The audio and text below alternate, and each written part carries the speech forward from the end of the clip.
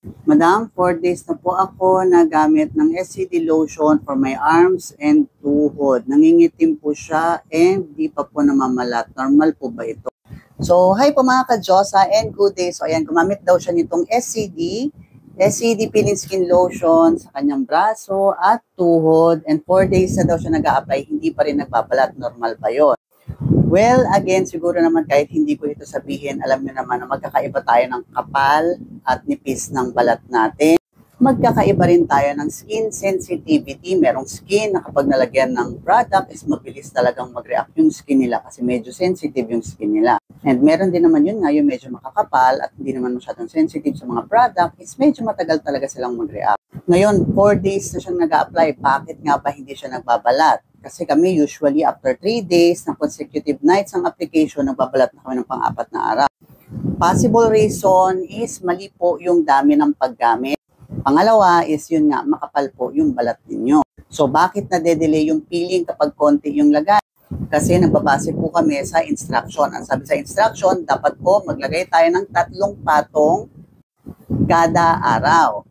Kapag hindi po na-consume yung 3 patong kada araw, hindi po enough yung lotion or yung product na nailalagay ninyo para ma-vibrate yung skin at mag-peel siya. Pangalawa, dapat po kinabukasan, tubig lang po ang ipababanlaw, no soap and no scrubbing para na-absorb po ng skin yung pinakagamot.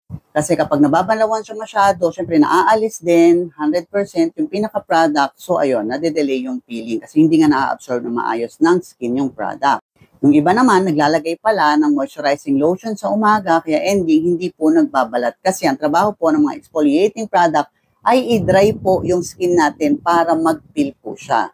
Pag nilagyan natin siya ng mga product na pwedeng hindi mag-dry or makontra yung dryness ng skin gamit ito, possible madelay yung peeling or else hindi siya magbalat. And kung yun nga, kung makapal nga rin yung balat ninyo, talagang medyo mas matagal din siya magbabalat compare sa ibang skin type. So that is normal syempre. Ngayon, pakikitaan ko kayo ng mga picture namin nung gumamit din kami yan sa aming braso at binte para makita nyo din kung ano ba yung itsura ng balat natin kapag malapit na siyang magbalat or magbabalat na. Usually, ganito po ang itsura kapag magbabalat na yung braso nyo man or yung binti ninyo sa paglalagay ng SCD Peeling Skin Lotion. Kung makikita nyo sa picture, sobrang kintab na nung balat namin.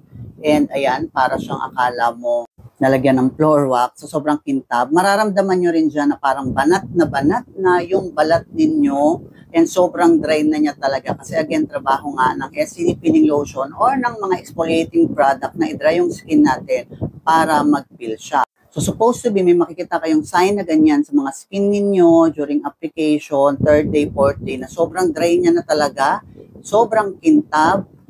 Tapos ayan, may makikita ka dyan na parang skin siya na akala mo paangat na. Ayan, may makikita kayo dyan na picture na parang paangat na yung mga balat ko, yung akala mo nahihila na siya. Pag ganyan na, yung nakikita niyo sa skin nyo, nagkakaroon na siya ng mga sign of peeling, ibabad nyo po yan sa tubig para maglambutan yung mga nag-dry na skin. Pag naglambutan yung mga nag-dry na skin, mas mapipil nyo po siya ng malaki katulad ng mga nasa video and picture namin. So, yan po yung mga signs na malapit na pong magbalat yung mga braso at binti ninyo sa paggamit ng SCD Peeling Skin Lotion. Again, for more product knowledge and video tutorials, please follow my TikTok account, RCDiyosa2, para updated kayo sa mga new uploads natin. So, yun lang and have a great day. Bye-bye!